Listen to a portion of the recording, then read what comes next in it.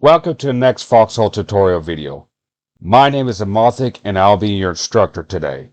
This video will begin part 1 of your basic infantry training, where you will be learning the basic mechanics of how to properly use infantry weapons in the game, as well as some other basic infantry combat mechanics as well.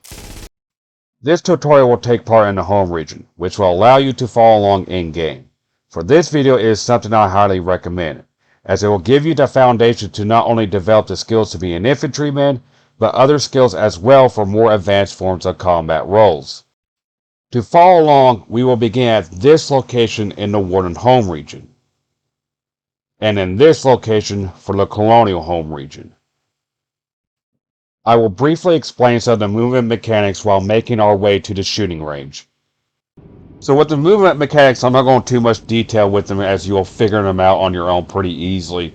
But for some of them, I just want to quickly explain real quick, because some of them, there are some unknown issues that you won't understand why it's happening, and some other elements of mechanics that you might want to know before you really get into the game itself. The first mechanic is vaulting. So in Foxhole, you cannot jump. You can only vault over objects or climb. Now, when vaulting, when you jump over an obstacle, whether it be a sandbags or a trench, sometimes the mechanic will bug out where it won't allow you to vault over it like it just did with me here. Simply to avoid this little issue with the game mechanic, try a different location and spam your spacebar to get over the object. I have moved down the infantry course here a little bit. So to climb, you just simply hit your spacebar to climb up on a ladder, and you can use the spacebar to climb down ladders as well. Now, what I wanted to quickly explain is that in Foxhole, there is fall damage. So the higher you are up on something and you fall down, you can take damage. Now, for this area, an example would be if I were to fall from this height, I might take a small bit of damage, but I won't necessarily die. But if you do jump down from a high cliff, you will more than likely die. The next mechanic I want to talk about briefly is sprinting, which you can do by hitting the shift button. You can set it to be push to hold, or you can toggle it depending what you have set in your options. Your stamina is the white bar in the top left hand corner of your screen, as you can see going back up and going down as I sprint around. Your stamina will also be affected by how much weight your character is carrying, so I'll open up my inventory by hitting the tab button. Up here in this percentage, this shows how much weight my character is carrying. By closing this out with the tab button again, you can also see I have a white box under my stamina bar.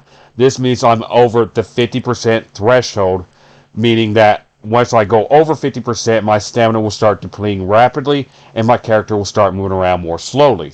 Now you can easily go over 100%, as I have here for example, and by tabbing out, you see that my box is now turned red. This means I am over encumbered. I'm carrying too much weight. As a result, I'm at an almost walking pace. This is what it looks like when I'm sprinting. This is what it looks like when I'm not sprinting. Now, when you continue to sprint around while you're over encumbered, the red box, your stamina bar will eventually deplete to where it becomes red. Your character will become exhausted, they'll collapse down to the ground, and then they'll try to regain their breath. During this time, you are unable to move at all until your character is able to recover. Now, when you're over encumbered, essentially when you're at 100% or higher, you're unable to enter any vehicle. The game will not let you. There are some vehicles, such as an APC and a barge, where you can walk onto it, but the driver themselves will be unable to move that vehicle while you are over encumbered. So it is important to try and keep your weight down below 100% if possible. Ideally, the best one to have is under 50%, but some combat roles may require you to be at 80 or 90%. But if you are over encumbered, you have too much equipment, you can take equipment back to the base, or if it's just really cheap items, you can drop it down to the ground and someone may recover it later. Now, for these machine guns, you won't really drop onto the ground, you just take them back to the base. But just for example, you can drop items by holding the Alt button and left clicking on items you don't need. This will reduce your weight, putting them onto the ground, and allow you to move around a lot more easily and enter in vehicles. Now, moving on to actual weapon mechanics. Before I begin, I wanted to quickly note that for the Warden faction and the Colonial factions, they actually have separate weapons. So if you're a Colonial player watching this video, your weapons will be different than what I'm showing here. That meaning that both factions have what's called an asymmetry. They have essentially different weapons platforms, and they will perform somewhat differently compared to the other faction. Now, although the colonial weapons may perform differently than the warden weapons I'll be using, the core mechanics on how to use these weapons will still remain the same, so you can still follow along with this video. To begin with, we're going to use the Warden Standard Issue Rifle, which is the Lawcaster number 2 weapon. For Colonials, if you follow along and you want to try to use your Standard Issue Rifle, it will be called the Argentini. To get this weapon, we'll come up to this box and we'll hit E to access it. Sometimes when getting equipment, say for example in boxes in the actual map or off the backpacks of dead players, they'll be overlapping or too close to each other in order to grab one or the other. As for example, I want to grab ammunition, which is on this right box. But if I'm close to two objects, I can hit Shift E, and this will bring up a user interface where I can select between which box I want to use or which backpack. It'll still be a guessing game, but at least it'll be easier to try and access one over the other. Now, we'll want to go ahead and get some equipment to actually practice on how to use these weapons. Now, these magic boxes in the training region will respawn with supplies over a short period of time. So you can come back here anytime you want to practice these different types of weapons. So all we're going to need right now is just some ammunition, and we're going to need our rifle. To actually equip the rifle, we will hit the tab button and we'll click on it. This will put it in our equipment slot. Now each equipment slot, which are 3 of them, will correspond to the number on our keyboard. That's the top numbers above your Q, W, E, and R key. For this one, the rifle will be our number 1 slot, so we'll hit number 1 on our keyboard to pull it out. Now to load our weapon, we will hit the R key. This will put the ammunition into the weapon. Now, one thing to note is that the ammunition you're carrying does not determine how much ammunition you will have for that weapon. The weapon itself will determine how much ammunition you put into it. So, for example, I am carrying 7.62mm rounds for the Lawcaster number 2 weapon.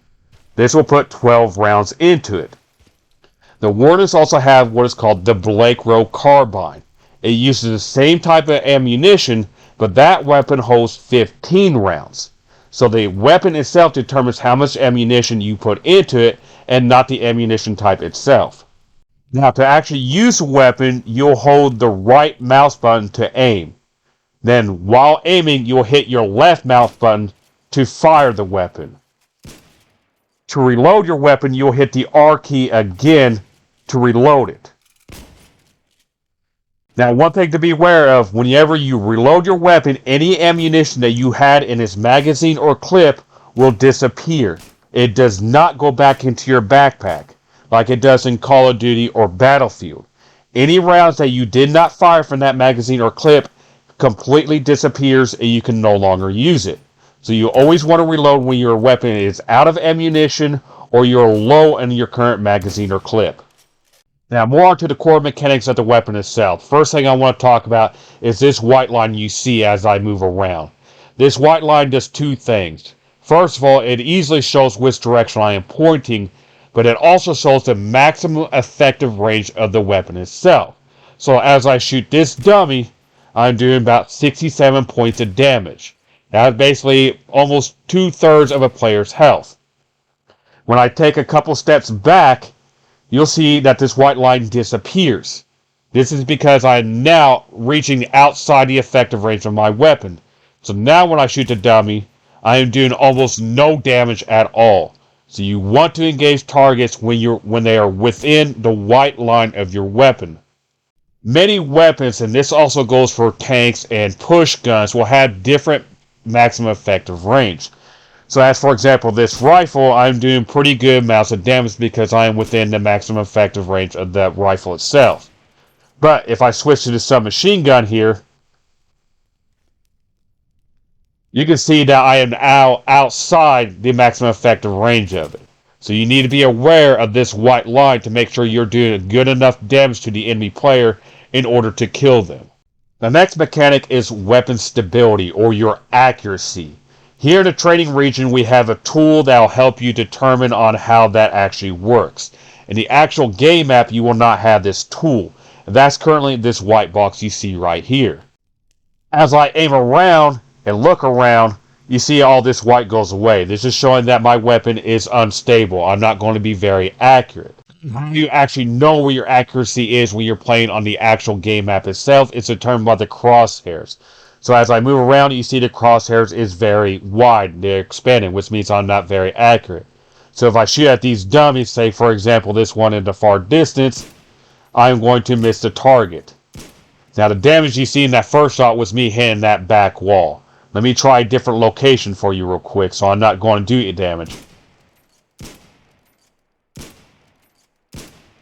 I am doing some damage because as I cycle through my shots, I am regaining accuracy. Now, obviously accuracy is a very important part of actually being able to shoot and hit your target. And there are ways you can help improve your stability or your accuracy. This is using different types of stances. For example, going crouch.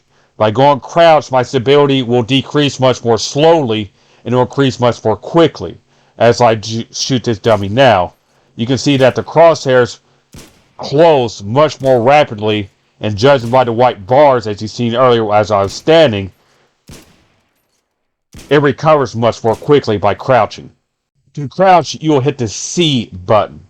Now there's a third stance which is going prone by hitting the X button, where you'll lay down on the ground.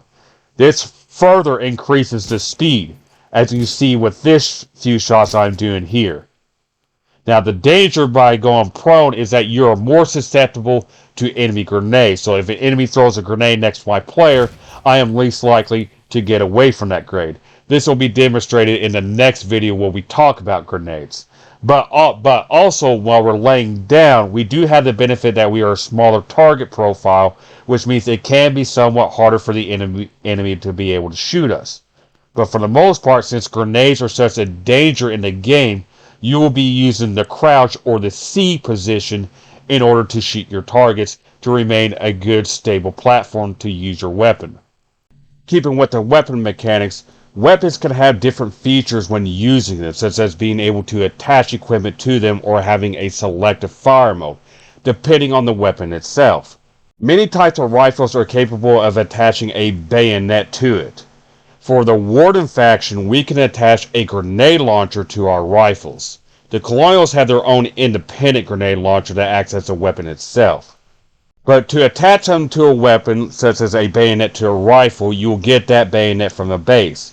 Then you'll open up your inventory and you will click on that bayonet.